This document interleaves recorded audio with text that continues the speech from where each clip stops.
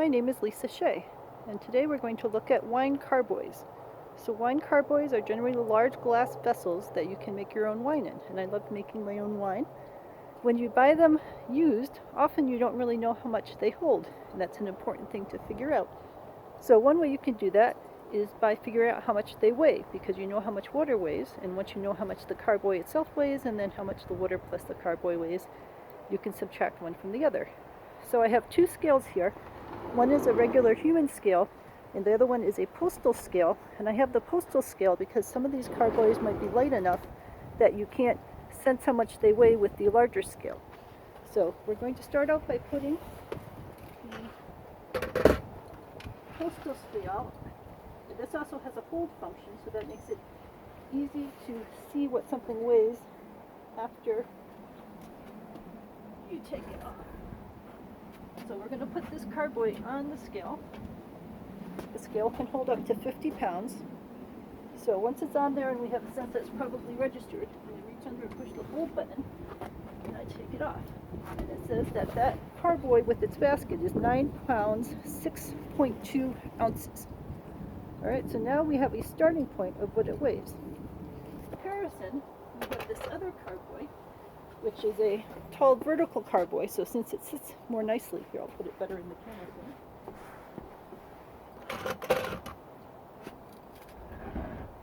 There we go. So since that sits nicely in the ground, it doesn't need a basket because it's generally easy, although you can buy baskets and carriers for all of these kinds of carboys to figure it out.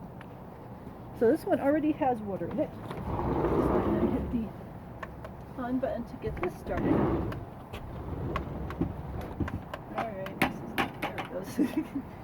Alright, so now that's at 0. Now I'm going to put this carefully on the glass. Alright, so it says that that is 34.5 gallons. Or 35.5 pounds. 34.5 pounds when it's full of water. So that's how you would figure out how it was full. If you happen to have a 50-pound capable postal scale, then you can certainly do it on your postal scale, but most people don't have that kind of thing in the house. The reason that I weighed the starting one on the postal scale is because these regular human scales often can't measure small amounts. They won't even register. So if you don't have a postal scale that can handle your carboy when it's empty, one thing you could do is measure yourself with nothing, and then measure yourself holding the empty carboy, and that's a way, and then you can subtract the two numbers and figure that out. Alright, so now we know how much this thing weighs full, and we know how much that thing weighs empty. So now we need to figure out the opposite.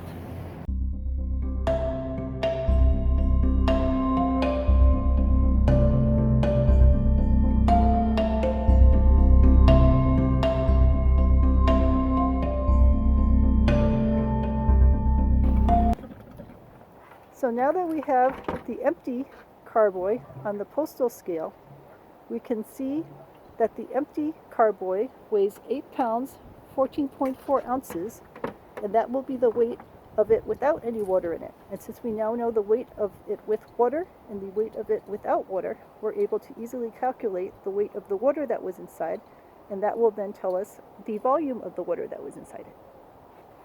So what we're going to do this time is we're going to put the basket with the water and the glass on the bathroom scale and see what it weighs together. Go ahead.